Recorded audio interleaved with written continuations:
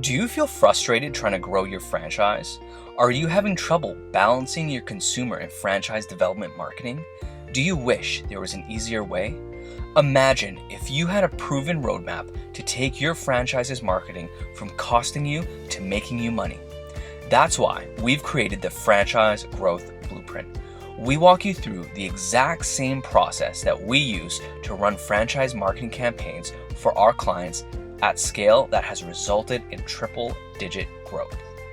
This blueprint isn't for anyone. It's not for people just starting a franchise. It's not for franchises without long-term goals. This is for franchises that want to scale up their marketing in a predictable and profitable way using a proven roadmap.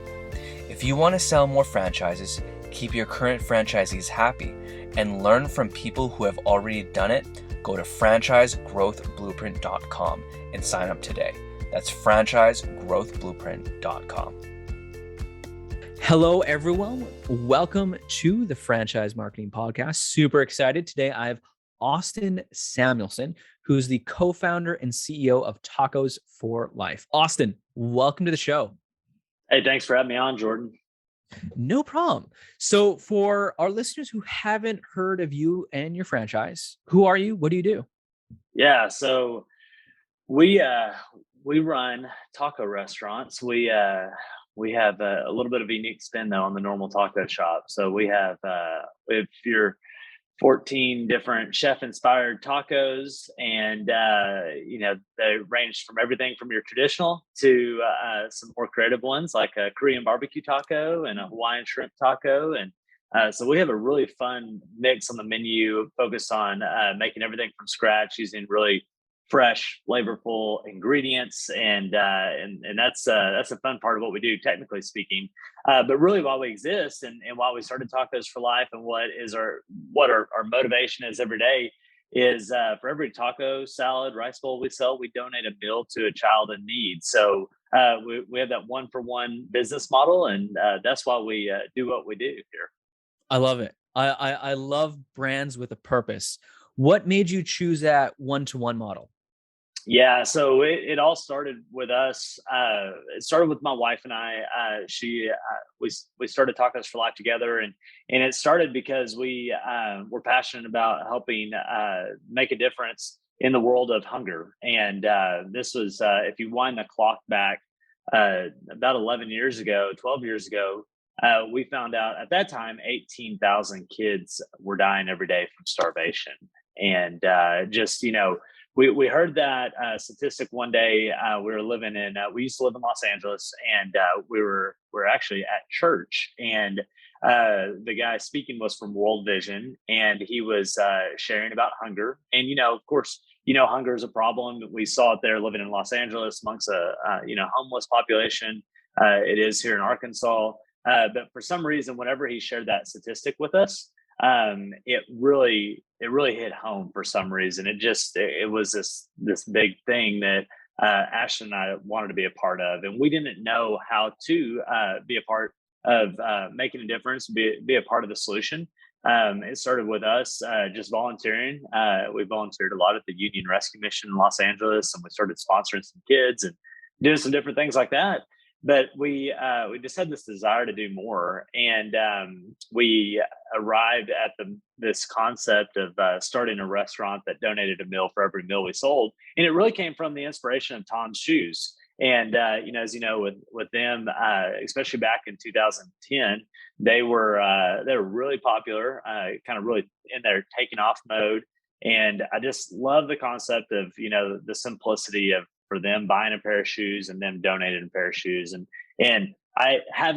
So this is really important to understand, Jordan, having never worked in a restaurant before, having never done anything besides just eat in a restaurant, in my mind, I thought, man, how hard could it be for a restaurant to apply that same concept? We've since learned that there are some challenges, but that's where it all started for us. We just love the simplicity of being able to say, hey, your taco provided a meal for a child in need. Everybody can get that.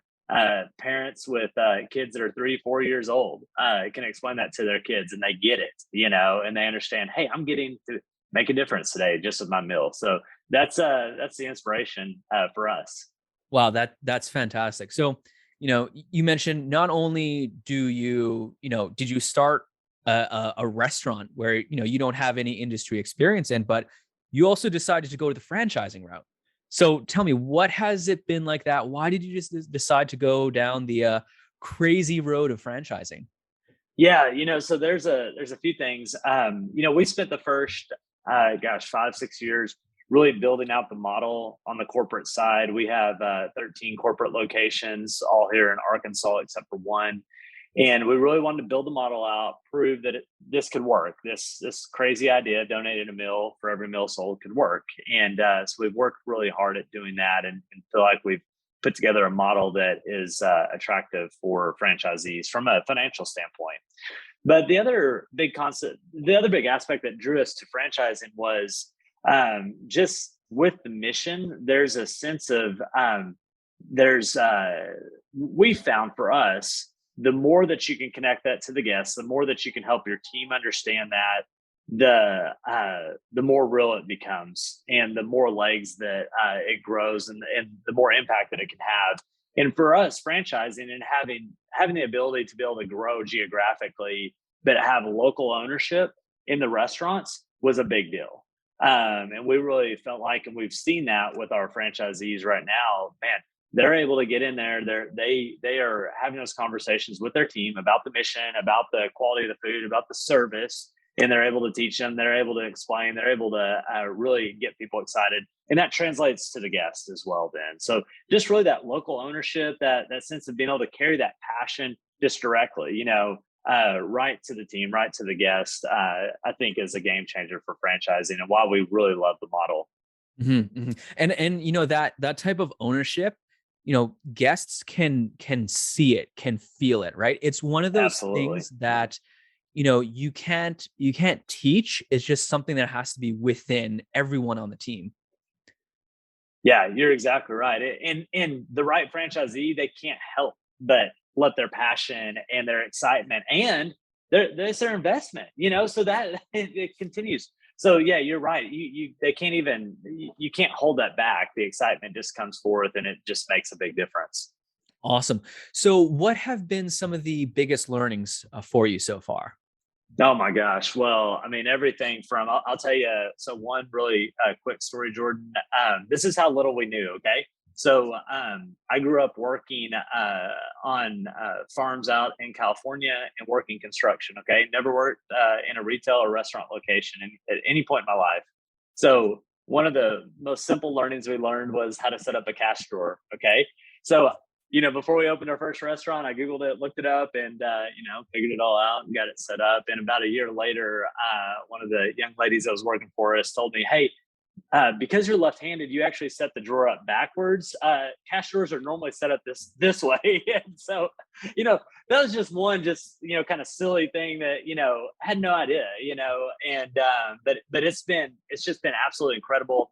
The biggest thing for us on the franchise side is, having a model that works for them, that is productive, something that they can really be proud of and excited. And I think when you pull all those together, we're just reminded every day of the importance of, it's got to work from a business standpoint. You have the mission, and then for us, the food having real ingredients that franchisee can be proud of and not have to compromise on just because they're trying to get a good return or whatever it may be. So when you pull those three things together, mission, the return, and just the food, that is, it's great. Of course, I'm very partial, but it really works. It works when you pull those together. Awesome. I love it. So how have you, speaking of like maintaining high standards for food quality, how have you found scaling that out as you add more franchisees into the system? We'll get right back to the show, but do you feel frustrated trying to grow your franchise? Are you having trouble balancing your consumer and franchise development marketing? Do you wish there was an easier way? Imagine if you had a roadmap to take your franchise's marketing from costing you to making you money. That's why we've created the Franchise Growth Blueprint. To find out more, visit franchisegrowthblueprint.com. That's franchisegrowthblueprint.com. Now back to today's episode. Yeah, so we work really hard on the training side. We work really hard on what does the end goal look like. Our food, one of the things that we work hard to define our food by is it's flavorful, you know? So, we talk about this all the time. If you bite into our food and it's not, kind of punch you in the face full of flavor, then something's wrong. And we need to go back and look at one of the ingredients and make sure that it was made correctly. So we look at that. We do have an internal auditing program that we do where we go in and we work with the franchisees, we work with the corporate in our corporate restaurants to make sure and we taste and then we do all the things on a daily basis, tip logs, taste logs, all those things. So we have a lot of systems and processes in place, and then we do a lot of training, teaching, reminding, and we found that works fairly well. Awesome. So let's switch gears and talk about marketing a bit, since this is a marketing growth podcast. Yeah. What's been the best marketing campaign for you and the team so far? Yeah. So really, it's this sounds cliche, but it's the word of mouth. So we found, on the franchise side, we don't advertise for marketing or advertise to sell franchises at this point. There'll come a day where we want to do that, but it's been word of mouth. It's been bringing guests into the restaurant, them having the full experience of great service, great food, and then getting to be a part of the mission and understanding it. And so we focus hard on the execution side, and that does a lot of the work for us. But on the marketing side, we do work hard to tell the story on social media. We work hard in our loyalty program to invite our guests into the mission. Every guest can see how many meals that they've raised personally through our app. So that's really fun, and that really it creates a partnership. I love it because you're not just saying, oh yeah, buy a meal, big whoop thing. It's you're actually getting your guests bought into it, right? They can actually see the impact that they're having through your app. Yeah, that's exactly right. Cool. So Austin, one question I always like to ask is, what advice would you give someone just starting out as a franchisor? Oh man, I think for us, so our story, Jordan, we started and we sold our first franchise about 3 years in, and we partnered with three different franchisees right out of the gate, and then we kind of slowed down and we didn't franchise for a while, and we took it slow, and so I think for us that worked really well, especially because we're learning as we go. We're not coming out of another organization that has been down the road and we're duplicating the model again.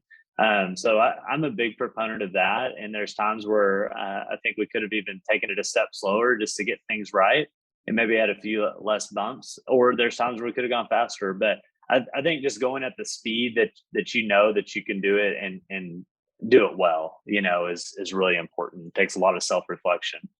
Love that. Love that. And so you mentioned bumps. Tell me a bit about those bumps that you faced. Yeah. So I think the concept of knowing who the right franchisee is for us took us a little while to figure out. For us, the qualifiers are two main things. Okay. You've got to be passionate about the mission. You got to be here because you want to help end starvation. If that's not why you're here, then we're not the right fit for you. There's other franchise deals out there to do. So you got to have that. But just as equally important, you have to be a good business operator. You have to be a good restaurant operator. You can't be all mission and no business, and you can't be no business without mission. So it's a really tough balance to maintain. But that's been really important to understand who the right operators are, and when we've made mistakes in the past of letting one outweigh the other, and that causes confusion. It causes challenges. Totally. And you know what? That's a very common theme that I want to say, is mentioned on every episode that we do. It's, being picky with your franchisees, because one bad apple can, potentially ruin the entire system. I'm curious, Austin, what have you found? I guess, like, how are you testing for those two features or features? So as simple as this sounds, we just spend a lot of time talking. We spend a lot of time talking. We let them talk to our franchisees that are in the system right now, they are great and they're equally as protective. So, we work really hard to make sure prospective franchisees are talking to our franchisees, and then we talk, and if there's a concern, it's shared. But it's a lot of talk. Of course, we have a systematized interview process that we go through, but it really comes down to just trying to get to know the person and what motivates them, and letting them get to know us too, because it's equally as important that the prospective franchisee understands who we are and what they're getting into. Because if we don't do a good job educating them on that, then they might get in and be frustrated because they thought, hey, I thought this was about something else. Totally. I love that insight. So Austin, we're nearing the end of the episode, and I like to end all of them with something that I call the lightning round. So it's a few fast-paced questions coming at you. Are you ready? Yeah, let's go. Awesome. First question: what is your favorite tool or app that you cannot live without? Oh my gosh. Probably the Trello app. I like Trello. Yeah. Big Heck yeah. Get it done person. Yeah. Nice. Next question: what is your favorite book? Oh man. I've got a lot of them. Probably Good to Great would probably be my top favorite business book. Awesome. Who is a franchise leader that you look up to? Oh man, there's a guy that is a good friend, and it does a lot with us. His name is Mike Pierce, but great guy that I look up to. Yeah. Awesome. All right. Last question, I promise. Where can people find out more about you and your franchise? Yeah, so tacosforlife.com. We just redid the website. It's great. It's beautiful. It's got all the information you want to know about franchising, learn more about our mission, and of course, all about our food. So tacosforlife.com. Awesome. Austin, thank you so much for coming on the podcast. I know our listeners are going to absolutely love it. You dropped a ton of knowledge bombs. Thank you. Thanks, Jordan. No problem. Bye for now. Thank you so much for listening to this episode of the Franchise Marketing Podcast. If you found this episode useful, share it with a friend and subscribe now so you don't miss out on any upcoming episodes. And until then, happy marketing.